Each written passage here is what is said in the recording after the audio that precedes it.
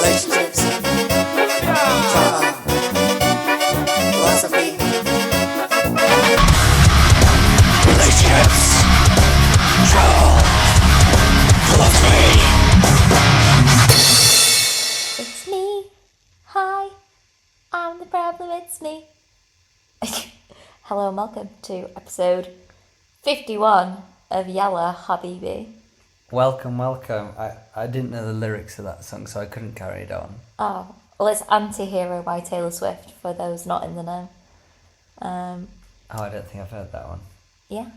She's talking about, being held to certain standards and, can't do right for doing wrong, that kind of thing, and refers to herself as the anti-hero. Because she's got so much hate. Yeah. But she's also beloved. Yeah. She's probably more beloved than hated, I guess. She's she's broken everything, isn't she? She's on a different level, isn't she? Yeah.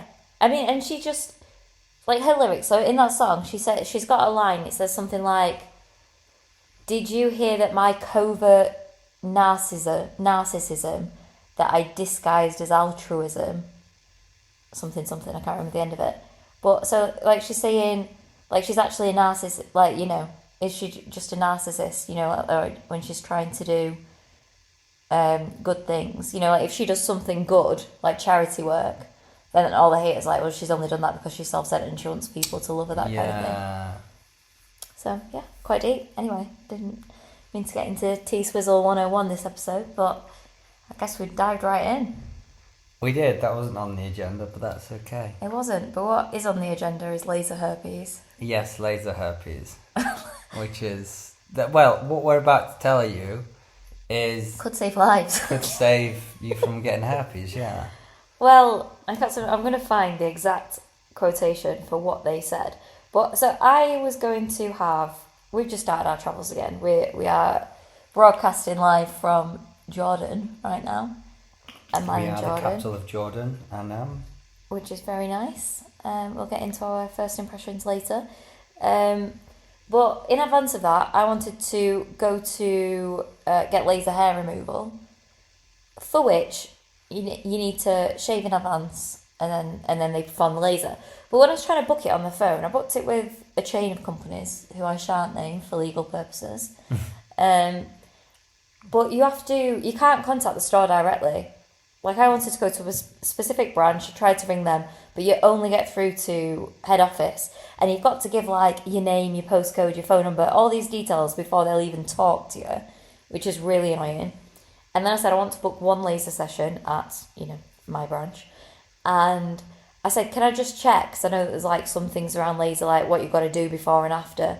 You can't go in a sauna, for example, for a couple of days after. I said, am I fine flying?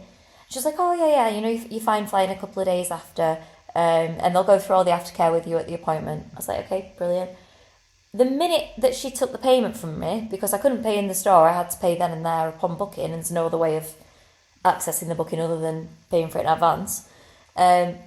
She goes, literally, as soon as the payment goes through, she went, oh, and just something to be aware of, you do need to stay out of the sun for 7 days afterwards. I'm like, I've literally just told you that I'm going on a plane. Is that not pertinent information to my booking? But I was like, whatever at that point. It's ridiculous. It is ridiculous. They're obviously just trying to get the sale. Because then she told me lots more information. Anyway. But I was like, that's fine. It's not going to be on areas that are going to be out in the sun. So I'll just go ahead and carry on with it. So 2 days later, morning of the appointment, I receive a text message saying, please click this link and fill in the the consent form in advance of your treatment to save time at the appointment. So I'm looking through, and it's telling you all normal things that you can expect. There could be soreness in the area, there could be bruising, scarring, these kinds of things, although rare, whatever. But then under infection, this is a direct quote from their policy that they asked me to sign and agree to. And you've got the policy in front of you, I've got I can see. Literally, so I'm going to verbatim this. Verbatim. To clarify that I have not in any way overreacted. No. Infection. Skin infection is a possibility, although rare, whenever a skin procedure is performed. So far, I understand. That's a relevant and reasonable risk that I'm taking for putting laser on my skin. Herpes simplex virus infections around the mouth can occur following a treatment. First of all, I'm like, sorry, what? For those that don't know, herpes simplex virus, that's what causes cold sores. So if you ever have had a cold sore, then you do have the herpes virus. It never goes away. It's not massively harmful, but it's in your body, and you can't get rid of it, and you'll occasionally have outbreaks. And you'll give it to other people. Yeah. So if you have a cold sore and you kiss someone else, then you are going to give it to them. And it is classified as an STD, because likewise, if you kiss their genitals will get... Oh my goodness. Or if it's on the genitals, it will be passed between genitals.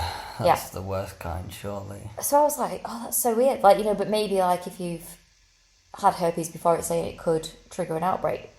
But it says, which would be bad enough, and also not a reasonable risk, this applies to both individuals with and without past history of herpes simplex virus infections. And then it goes on to saying that you can take antiviral medication. So I was like... You can gives you permission to take medication. Yeah. It's like, so if we give you herpes... That's so funny. Ask your doctor for... So straight away, I was on the phone to the company. Again, it goes straight through to head office. And the guy goes, I will have to escalate this to a manager because, this is a really serious concern that you've raised, but unfortunately we do have a no refund policy. And I was like, look, this goes against my consumer rights. You've provided me with information after the point of booking that is, I've got medical grounds not to do this. You've presented me with an unreasonable risk that wasn't presented at the time of booking, nor is it anywhere on your website. I've checked. Like, that information wasn't available to me until after I paid for and made the booking. So he was like, well, I'll have to get a manager to call you back. I was like, yeah, you do that. You are good with these things. It's a family trait. For those that don't know, my brother argues his way out of your everything. brother is very good. He is on boards of councils and everything, isn't he? He is someone that could debate someone over, ketchup. Yeah, he got a bus stop moved and a pavement dropped when he was building his house, which they told, he was flat out told no, but he still got it done. Yeah, which is very hard to do in the UK. Yeah. With the amount of hurdles you'll have to go through. Yeah. It's very difficult. It's all about knowing the law and the letter of the law and loopholes. Yeah. But yeah, I'm going off on one a bit, but he's one of those people that even if he's wrong, he'll convince you he's right. Well, yeah, and he'll find a law to back him up. Yeah. He'll find some sort of... I find it really difficult to debate with those people. Yeah. It's not possible because... Wait a minute, that sounds convincing, but I don't believe what you're saying. Yeah. And you just sort of get stuck with them. Which is frustrating. But yeah. Anyhow, it's a good trait to have in these situations, I suppose. So anyway, the branch manager called me back, and she was like, "Oh, I'm calling because I've had a message come through that you're concerned about STDs." Oh, well, this is the first I've ever heard of something like this. As if it's the first. I know, but then no way is it the first. She didn't let me say, she was just going and saying, this is the first I've ever heard of. I've worked here for X amount of years and I've been in the beauty industry for blah, blah, blah. And I've never had... I was like, can I just stop you and clarify? I haven't rang up and said, I'm worried that you're going to give me an STD. I've called because in your terms and conditions, it says there is a risk of me contracting herpes from the procedure. Well, I've worked here and it's never... Right, I'm not saying that it's likely, but you've asked me to sign a document to say that I'm on board with that, and I'm obviously not fucking on board with that. Why would I be? She's like, well, all I wanted to do was call and make sure that it didn't, get blown out of proportion, that you think that it's going to give you... I'm like, well, look, you've got in your terms and conditions... I'm not agreeing to those terms and conditions, and so I want a refund for the, because she provided me with relevant, serious medical information that prevents me from having this procedure because I'm not willing to risk getting herpes, regardless of how. And it's not not scaring if you have the herpes virus. It's whatever, but I don't want to get it. I don't have it. Yeah, that's understandable. I think most people would opt not to get it. Yeah. And yeah, I can't say I'd want to take a risk of something. Again, the thing that you're doing isn't out of necessity. It's a want. It's something that would be nice. It's something that you would appreciate. Maybe there's alternative methods you'll learn about that you can approach, but understandably, because of there's no sort of medical need for it or anything. Understandably, the risk far outweighs the need. Yeah, and it's not a relevant risk either. Because she said to me, well, there's risks involved with paracetamol. I was like, not herpes. Oh, fuck off. There's risks in... You're not bloody STDs, yeah. I know, but... And also that's wild, there's been way more tests on that. And the difference of the pool of people that have taken paracetamols to getting laser treatment on theirs will be significant. Yeah, but equally, I wouldn't take... If on the packet of paracetamol it said, you might get herpes from taking this medication, I wouldn't take it. And then she's like, and there's risks involved with Botox and fillers. I'm like, well, that's also irrelevant information to this particular scenario. Like I got what she was trying to do. I think she was trying to de-escalate the situation, because I think if this, which, now it is public knowledge, you, dear listener, I think it'll be a big problem for them.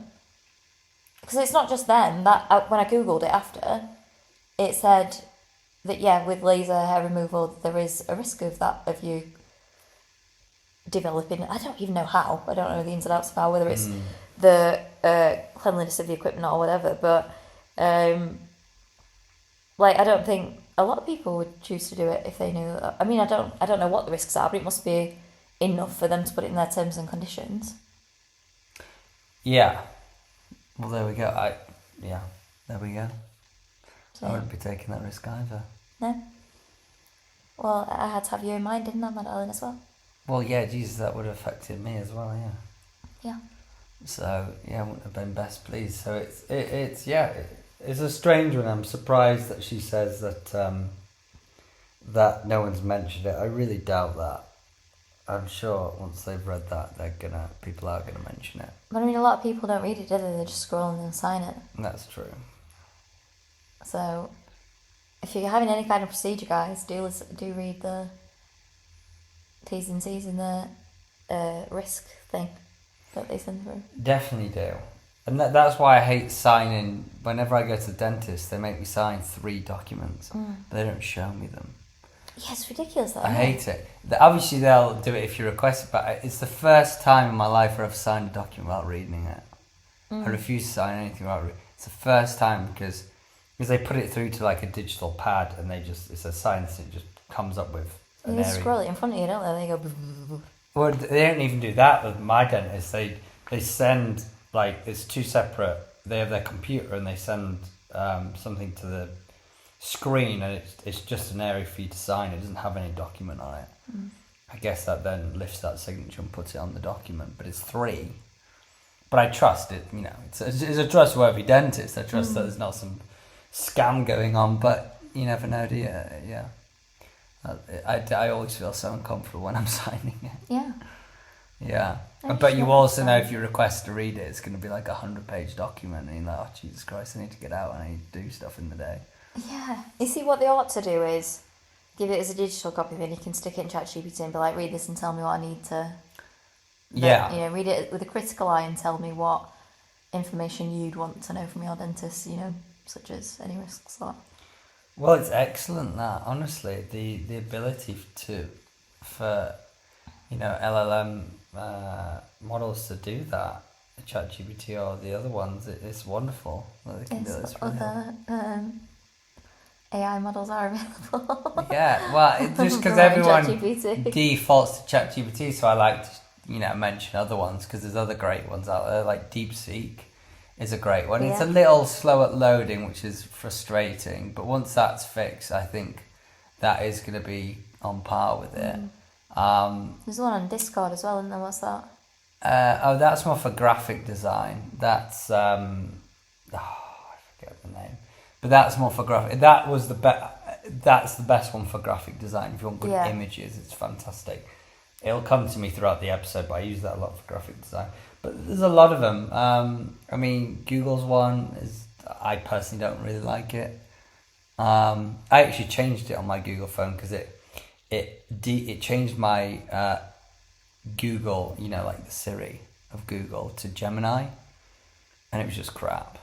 Like when I just asked it to open apps to just do simple things like Google would do, it would just try research it online, and it just drive me mad. So I just flicked it back to Google. But I think as a chat function, it probably works quite well. But as the sort of assistant on Google phones, I don't like it at all. I think it doesn't catch you very well. It just tries to search everything online.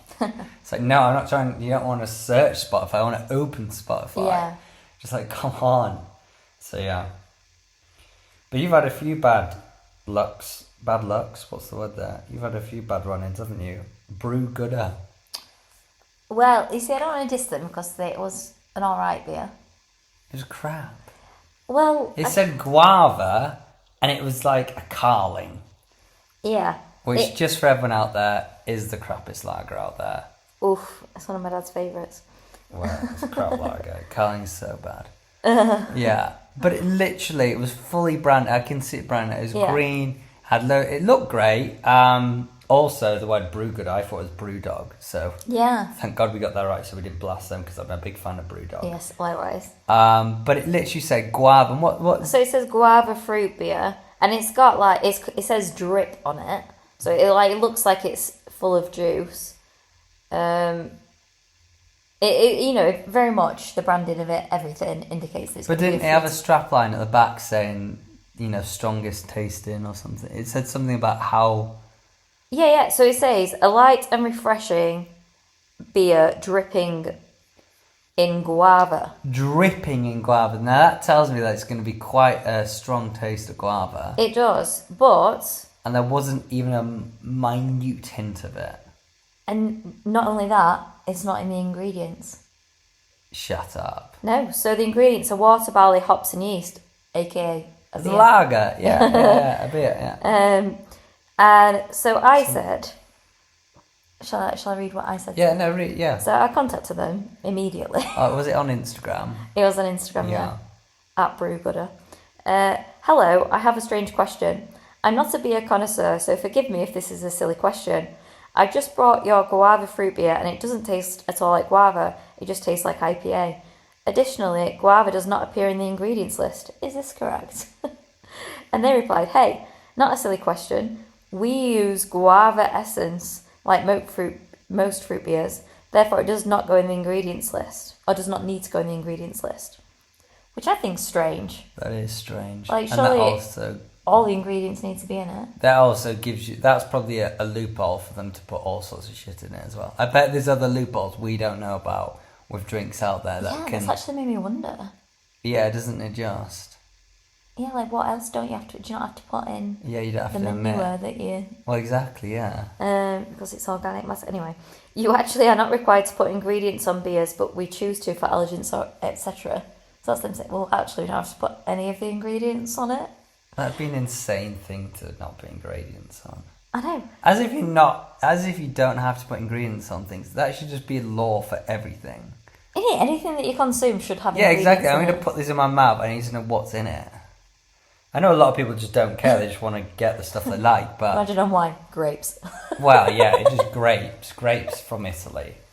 But a lot of people are becoming a lot more conscious of that now, aren't they? But even younger generations are way more conscious of what they're putting in their body. Yeah, definitely. Yeah. So then they said, thanks for the feedback about the flavour too. We have actually just upped the guava in our latest batch and slightly tweaked the recipe, so hopefully the next one you'll try will be dripping in much more guava. Well, more than zero is more, yeah. So I don't know. I can't believe that got past testing. It's bonkers. Like, how could that have... They've taken that to the board meeting and be like, oh, this is our new guava drink. Here's the brand. Oh, I like branding. You want to give a taste? Yeah, sure. And everyone drank it on that table. I went, yeah, that strikes the right balance of lager and guava. Mm. There was no taste of... Not just guava, but any fruit. It was just a basic lager. Yeah. So that blows my mind how that's gone and then it ended up on the shelves. Also, the supermarkets With the would have branding tested it as dripping well. with guava as well. Like, it's not even just that it's. I don't get it. Someone seriously fucked up there. Yeah. And it would, but even the supermarkets, they would have had people that have tested it as well. So I'm shocked. I do not understand how that is for me a big How'd you mess get up. that job?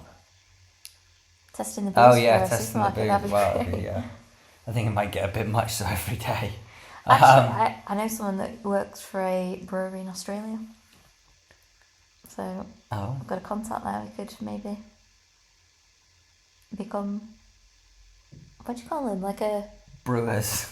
not a brewer, but like a rep. You know, like when you go around the different pubs and you try and get them to have your company's yeah. beer. Like a brand ambassador. Yeah, Yeah. there we go. Excited, but the only problem with that role is you always have to drive a really silly car. Like a branded car. Yeah. I suppose then you can't. I was going to say, I suppose you can't beer then either, can you? You No, can't they'll drink. be like, you get a free car if you get this job. Oh, amazing. I can't believe I'm about to work for Red Bull. And they go, oh my god, it has a fucking can on it.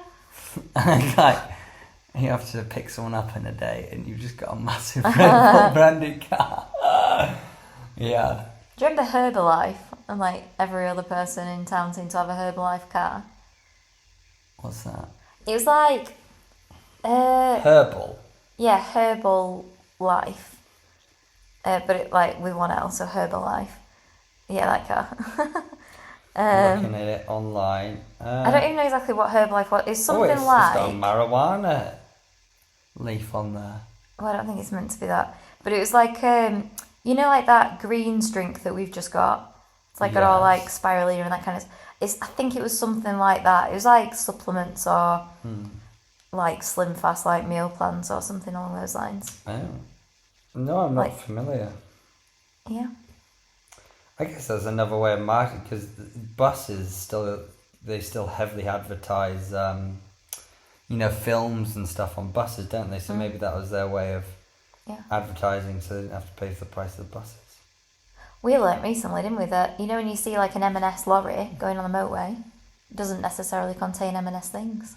Oh yeah, that surprised me actually. Isn't that really surprising? Yeah, Like- I thought it was quite interesting. So when you see lorries on the motorway, you just assume that if you see a lorry that's got the big M&S food on it, then within that there's M&S food. But they could be shipping anything and just M&S have paid to have their advertising on it. So like if they know that there's someone, like a company that's shifting a lot of stuff like up and down the country, then they'll just be like, will you brand your vehicles with our logo? Which is actually quite clever. It's smart, and I'm also shocked I've never known it.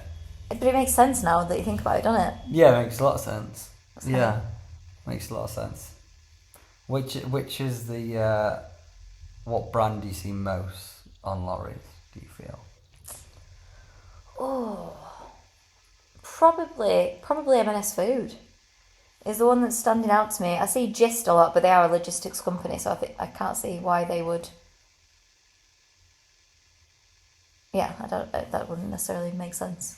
Yeah, I think M&S might be. You never see Tesco, do you?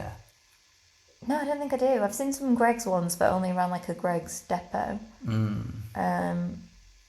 Or like factory. But... Also, people aren't going to believe that a lorry's full of Greggs, are they? Yeah, like we just stop and drop off 20 sausage rolls to each shop. Exactly right. It'd be like a small van.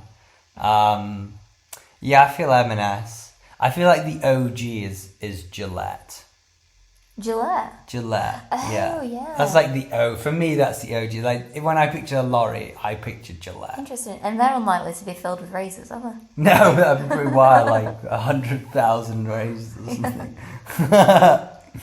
Yeah, but that's what I see as. I see that as the iconic sort of lorry on the roads of the UK. Well, there There you so go. maybe they just paid M&S to put it on their lorries. Yeah. Maybe to freak everyone out when we get an income from this podcast, that which we don't, by the way, we don't make a penny off it. So if you could please like, share and subscribe. Yeah, we didn't even mention. We literally had in our notes to mention that at the start. because we've never mentioned it. On 50 episodes, we've mentioned it probably once. Right, we need to, like, share, comment. Subscribe. So YouTube subscribe. Something other very helpful is on Spotify, if you could review us. Yeah. You don't have to write a review. All you have to do is rate us on the star rating. If you don't want to give us 5, then don't rate us. Yeah, only give us 5 stars. Give us 5, or go listen to another podcast. Yeah. No, because we're a young podcast. We're a very young podcast. We're a young... So, what are we going to do with our income when we generate it? To weird people out, is we should advertise on lorries. Yeah, so they're like, what, a tiny podcast that no one listens to is on the side of a lorry. Exactly, yeah. Because the only companies that advertise on lorries on mostly will be companies that will use lorries to transport goods. Yeah. So I think it'd be quite funny to advertise our podcast. Yeah. Because it'd be like, what? I think it'd catch more attention because it'd be like, they're obviously not transporting. Yeah, could stick a QR code on it and then people will... Exactly, a big QR code. Maybe we just do a QR code and then people scan it. And they're like, what's it for? Yeah, do that. I think we should have the name, the Yalla Habibi. I think the Muslim community will really appreciate it and catch their eyes. Yeah. And it's just a beautiful saying, even if you don't know the translation of it, you just find yourself saying it. Mm. Yeah. Yalla Habibi. Yeah, it's a beautiful saying. It is. I know we've got more we can talk about, but we've got segments. We've got 3 segments. We have. 3. Because we are going to be reintroducing the long-awaited travel segment. Yes, because we are back travelling. So, but before we do that, we'll wrap that up in the end. First, it's my segment. Scott's segment. Scott's WTF segment of the week.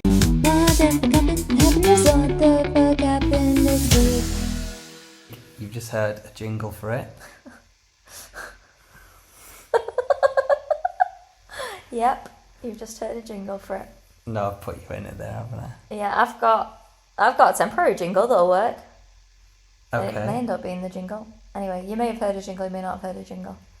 Have you actually made one? I've not made it, I've got the back in. Oh my god. Oh, I'm excited. Oh my god. Oh my god. Oh my god. Oh my god. Every week the world gets a little weirder. Let's talk about the strangest thing that went down this week. And my goodness, this is a strange one. Missing woman. Don't read No, it. so You're looking at...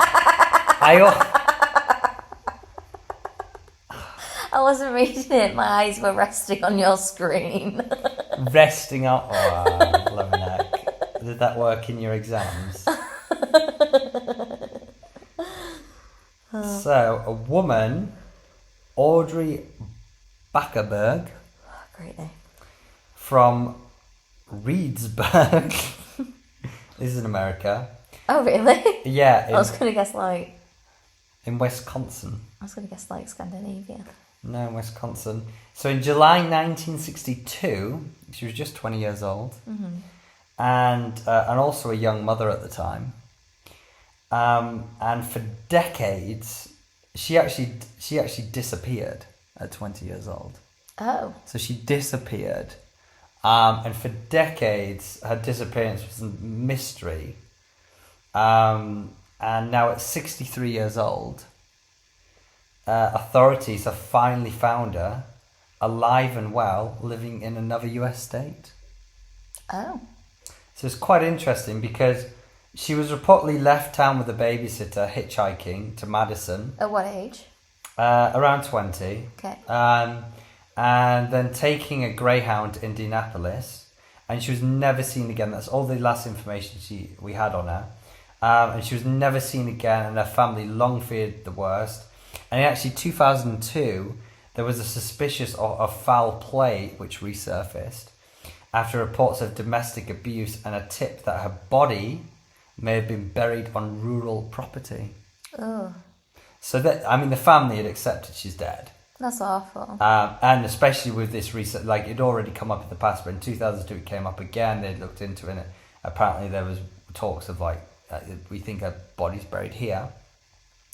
But the truth was different. In 2024, just the end of last year, this is what's quite cool is how they found her. This is quite cool. A cold case detective reopened the file and followed a lead on Ancestry.com. Oh. Isn't that interesting? That is. Where he discovered a DNA match, Becca Berg's sister, matched through Becca Berg's sister. She called Rebecca. Yeah, well, yeah, may as well be, right? Rebecca Beckerberg. Rebecca Beckerberg, yeah. And a phone call to a local sheriff department confirmed her identity, that she was living in that area. They've not stated the state that she lives in now, because she has shared she wants her privacy, understandably. But apparently the detective had a 45-minute call with her, and she apparently she had reasons for leaving. They've not shared them, but she had some reasons for leaving. But she sounds happy and confident with the decision, no regrets, and she just asked for privacy. And apparently she's actually now, I think she's now 63. My piece here says now 60, and it also says now in her 80s. So that's confusing. Or is it 63 years later or something? If she was 20 and Oh she yeah, was 63. twat. 63 years later. Sorry, I misread that. 63 years later. Yeah, so she's in her 80s. Yeah.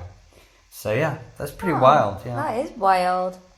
I mean, could you imagine doing that? Could you imagine just like leaving everything, never telling anyone where you went, and starting a new life?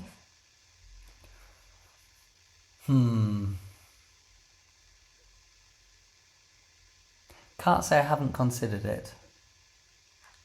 Likewise, to be fair, but no, I'm sorry, I've not considered it. I've contemplated is a better word, isn't it? Yeah, contemplate. I haven't planned it out or anything. You play through the scenario in your head, don't you? Like, what would happen if? Yeah. But I'd never want to put my family through that, because they would have to they would come to terms that I'm probably dead. I think you'd have to like just send a letter when you've been like, I'm fine, but don't ever contact me. Like, you know, if you were going to do that, it's horrible. Like, I don't think that I could ever do that. But, you know, if you were going to do it, if you were going to be like, look, I want to cut all ties with everyone and everything, like, unless something horrific has happened where, you know, your family are awful or something like that. But, you know, you'd think that you'd want to let them know that you were alive and well, so they wouldn't. I mean, it'd still be traumatic and horrible for them, and they'd always wonder where you are and what you were doing. And one day you'd eventually die and they wouldn't know. But yeah, it's really sad now. I don't like it. No, it's really sad. Yeah, and by the way, I just want to add that there's nothing in my life that would push me away from my family like that. And I know that's true of you as well. I think it's just that wonder of just starting again. Yeah, I think there's definitely an appeal to that for most people. You know, we all have regrets. We all have things like that we wish we'd done differently, or like, you know, you think, oh, I wish I could get a read. Like, I often think about, you know, just pressing the reset button and starting new, and what would I do differently, if anything. You know, I'd still want my family and everything, but you know, what if, you know, I think like, what if I'd have chosen different subjects at uni, something like. And I think we're both very imaginative. You know, we're both very creative, and we both like, I think we tell stories in our minds. You know, like we can think about how things would play out a different way, or that kind of thing. I don't, you know, if you're listening to this and you relate with it, then I'd love to hear about it. But I think that I don't think it's that unusual to have these thoughts and wonderings. You know, I think it's part of being human. A bit like, you know, when you're standing at top of Sentinel Dome and you think, if I just jump, like, but you don't want to jump. Yeah. You know what I mean? That intrusive thought. Yeah, I think it's a little bit like an intrusive thought. I think it's your brain's, like, because intrusive thoughts are to protect you. It's like your brain's way of testing you. It'd be like, think it through. This is what happens. Okay, now don't do it. Yeah. I think it's so tempting, isn't it? It is. It's so horribly tempting. My legs feel weird thinking about it, but yeah. Yeah, Sentinel Dome. If you've ever been on top of Sentinel Dome, it's in Yosemite. Stunning view, but Jesus, it's high. Yeah. And what was that one? Was it Taft Point as well? Was that same? Taft Point, yeah. I think they were in the yeah, same. they were. Yeah, the paths joined between those two. Yeah, yeah. Again, well, that actually felt even higher. Actually, that because from there you could see the fountains, which were like the two key fountains. Well, it's the same fountain, but there's like two levels to it. You know about waterfalls? Waterfalls. Yeah. And everything's minute. Even the waterfalls that are ginormous when you're at the base of them, they're tiny. They're not even like, they're like a quarter of what you are. Like it's insane. So, and every high point that you've looked up at from the ground is all small comparatively to where you are on Tough Point. And there's also no barriers. Yeah. Like, it's pretty scary. It's incredible, but Jesus. That's one of my favourite things that we've done is Yosemite though. Like even if you're terrified of heights like we are, like I think that it's, I mean you're worse than me.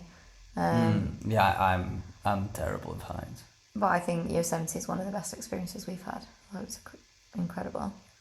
Really beautiful. A bit beary, yes. We went on peak bear season. No, it was incredible, yeah. Always wanted to do it, and it was even better than I expected. And I would love to go again. And the great thing is America has many exciting parks like that.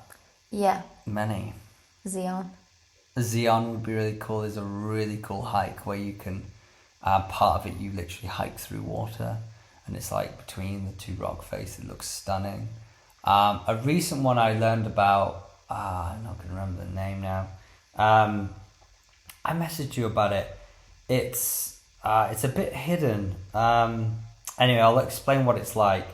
It's quite cool. So you hire a canoe, and you don't need to be, massively adept in the water. Preferably you can swim.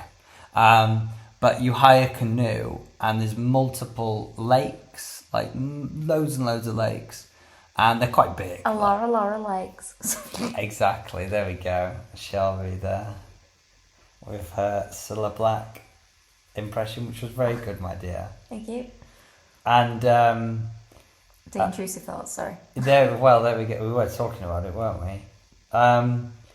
And you just go between the grounds, between the lakes, and then there's always like camp set up. There's like a place where you can have your fire. There's like a tap and stuff like this. So, but it looks amazing. I've watched videos on it, and it's just couples, families, and they just like get in a canoe, and you can be canoeing. Like it's the lake. It's very still, but like in the morning when it's like 6 a.m. and it's all just fog, and you're looking at it, like it just looks unreal.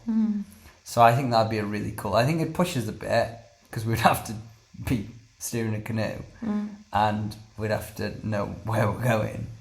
But I think it'd be quite exciting. I wish I could remember the name of it, but I apologise, I don't. Well, if the listener is knowledgeable about it, then they can let us know, can't they? They absolutely can. Well, and Yellowstone scares me a bit too much because whilst I do want to go to Yellowstone, but it's just so the wildlife there is well more intense. Yeah, I do think yeah. I mean, yeah. The US, I'm not keen to go to anytime soon, but there's so many places that I want to see there. Yeah. We'll tick them off eventually. Well, it's about time for my segment, I think, isn't it? Let's do it, baby. Let's take a break from the chaos. Here's something to make you smile this week. Shelby's good vibes only. Are you familiar with Pokémon GO? Yes. Yes. Quite familiar. Thought you might be. So Pokémon GO has brought a couple together. And Pokemons or people? Well, that's a great question. A man and a woman from Ontario, Canada. Yeah. Met through a Facebook group for people who are on Pokemon GO. And she wanted a particular Pokemon. She put it in the chat and said, can anyone trade this Pokemon because I want it? And this guy responded saying, yeah, I've got one. Why don't we meet up and we can like exchange it in person? So exchange Pokemon. Wow. Um, I'm sure you can just do it virtually, but okay. yeah, well, I think he must have liked what he saw and thought, Yeah. I'll shoot my shot. So anyway, they met up and exchanged the Pokemon, and they've been together ever since. And they ended up having a Pokemon GO themed wedding, Oh, that's hilarious. including, so she's a nurse and he's a firefighter, a bit like my brother and sister-in-law. Oh, cool. Very Isn't it? respectful jobs. Aren't they? Very caring professions. Mm. And they put on their cake topper, it got, I can't remember the name of it now, but the little pink Pokemon that's like a nurse. Oh, yeah. So they had that one, and then Cliffy? yeah, I think so, something like that. Yeah. And then Squirtle with a firefighter's helmet on. I was like, oh my god, Oh, he would that's be a adorable. firefighter, wouldn't he? That would be That's the perfect adorable. job for Squirtle. And now they travel the world together when they're not right. working, you know, and they catch Pokemon all over the world, and they've got over 600,000 Pokemon between them. Jesus. I know. I take it seriously. They also said that they often go into Mexico for the day just to catch Pokemon, and like they tell the border control, yeah, we're going to catch Pokemon, we'll be right back. Shut up. No. That's hilarious. Isn't it? I thought you had died off Pokemon Go. Well, it may have now, but when they got to get, like, you know, they've only just got married. It could Yeah. have been, I don't know when it was I exactly. know it's that they still met. going, but I just don't hear about it as much. So that's amazing. No. In fact, one of my mum's, my godmother's son, he was at a gala once that I was working at, and he was like supposed to be helping his mum, and he just like, and he's my age, well, Yeah. your age actually, and he just like, be right back. I'm going to Nah, catch he went to catch Pokemon. such a funny guy. To be fair, I know a lot of friends, you know, of that age, you know, 30s, that were